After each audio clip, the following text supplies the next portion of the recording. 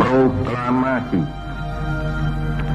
Kami, bangsa Indonesia, dengan ini menyatakan kemerdekaan Indonesia.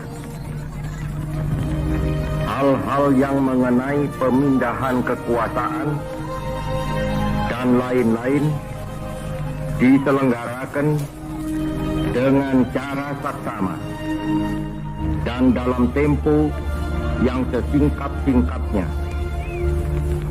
Jakarta, 17 Agustus 1945, atas nama bangsa Indonesia, Soekarno, Hatta.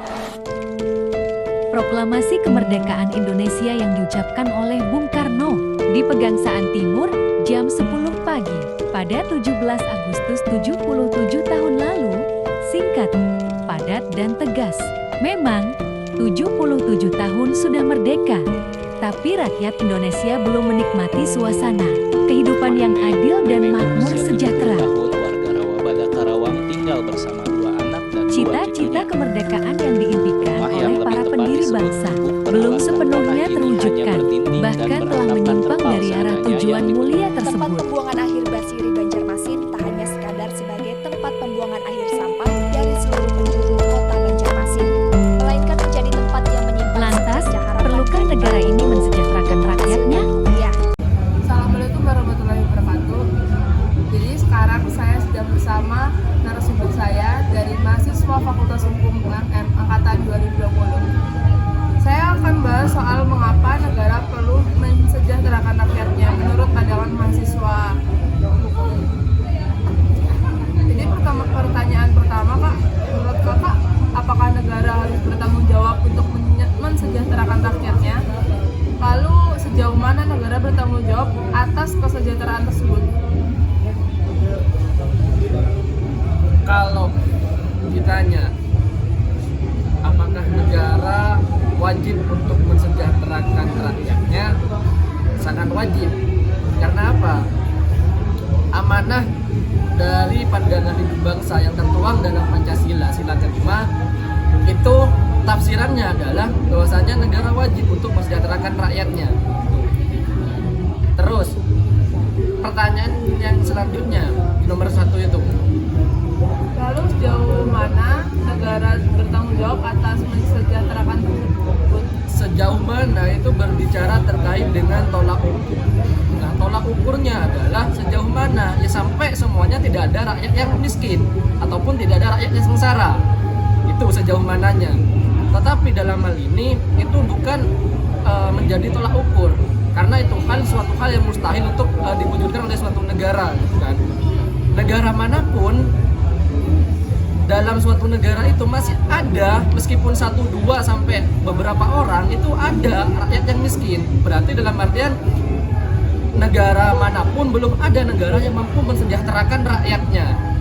Tapi dalam hal ini yang menjadi tolak ukur adalah sejauh mana usaha dari negara tersebut untuk mensejahterakan rakyatnya. Kalau kita analogikan dalam negara berkembang dan negara maju itu dua hal yang sangat berbeda, gitu kan. Kalau negara maju itu merupakan negara adidaya yang mana di dalamnya sumber daya manusia, alam dan segala macam itu mumpuni untuk mensejahterakan rakyatnya. Jadi dalam artian perbandingannya adalah perbandingan sama-sama negara berkembang. Itu misalkan kita bandingkan negara Indonesia dengan Nigeria lah. Gitu kan. Kalau Indonesia dengan Nigeria sama-sama negara berkembang, itu lebih baik Indonesia. Berarti dalam artian negara Indonesia sudah berusaha untuk mewujudkan kesejahteraan rakyatnya, tetapi dalam hal ini belum 100%. Kalau Nigeria dalam artian masih banyak KKN ataupun kolusi, korupsi dan nepotisme. Nah, itu yang harus dihindarkan di Indonesia. Agar apa? Agar uang-uang bansos dan segala macamnya itu tidak dikorupsi, yang mana uang tersebut untuk mewujudkan kesejahteraan negara Indonesia, gitu. Jadi sejauh mana itu tidak ada tolak ukurnya. Lalu apakah implementasi dari amanah konstitusi negara Indonesia sudah diterapkan dengan baik? Nah, diterapkan dengan baik tidaknya, itu kan kembali lagi berbicara terkait dengan tolak ukur. diterapkan dengan baik, iya sudah baik. Kenapa saya jawab dengan baik? Karena kembali lagi pada jawaban pertama tadi, bahwasannya sudah ada usaha. Negara Indonesia tidak membiarkan rakyatnya mati kelaparan. Negara Indonesia menjamin akan hal itu, mulai dari pemberian bantuan sosial, memberi beras, dan sekarang yang lagi gencar-gencar dikirimkan oleh Presiden Jokowi itu memberikan bantuan langsung gitu kan. Kalau saya lihat di YouTube-nya itu kan memberi langsung uang ke pasar-pasar dan segala macam, itu kan merupakan bentuk tanggung jawab dari negara melalui pemimpinnya untuk mensejahterakan rakyatnya gitu. Itu. Kalau memang diterapkan dengan baik, kalau kenapa masih banyak orang miskin di Indonesia, dan apakah dengan itu pemerintah gagal dalam menjalankan negara itu? Kenapa masih banyak orang miskin di Indonesia? Nah, itu merupakan kesalahan dari dua stakeholder, kalau saya katakan. Kesalahan dari rakyatnya dan kesalahan dari negaranya atau pemerintahannya. Karena apa? Pemerintah berusaha untuk mengatasi kemiskinan dan segala macamnya dengan menciptakan lapangan pekerjaan dan segala macamnya itu. Tetapi rakyatnya mau nggak nih? Kalau rakyatnya nggak mau, ya berarti percuma dong negara. Terus kebalikannya adalah rakyat mau untuk bekerja dan segala macamnya, tapi negara menyediakan nggak? Nah, itu. Lalu kenapa hal tersebut masih banyak? Ya kembali lagi, dua stakeholder ini belum mampu dan belum bisa mewujudkan keinginan sama-sama untuk satu pemikiran bahwasanya kita harus sama-sama untuk sejahtera gitu. Yang rakyat bilang negara harus tanggung jawab, yang negara bilang rakyat harus mencari sendiri gitu kan. Lalu tidak ada titik temu, dan itulah perlu kesadaran masyarakat Indonesia saat ini bahwasanya dua hal permasalahan ini tuh bukan hanya tanggung jawab satu orang, tapi bagaimana kita bisa bareng-bareng untuk mewujudkan kesejahteraan bagi seluruh rakyat Indonesia ini gitu kan. Sebagai calon lulusan mahasiswa Fakultas Hukum, sejauh mana kewajiban kakak untuk membantu negara dalam mensejahterakan rakyatnya? Membantu mensejahterakan rakyatnya ya, sebagai mahasiswa Fakultas Hukum. Sejauh mana berarti dalam artian semampu saya dan sebisa saya akan mewujudkan hal tersebut untuk membantu negara mensejahterakan rakyatnya. Dan hal tersebut bukan hanya berbicara terkait dengan material, bukan hanya berbicara terkait dengan uang, pemberian barang dan segala macamnya, tidak.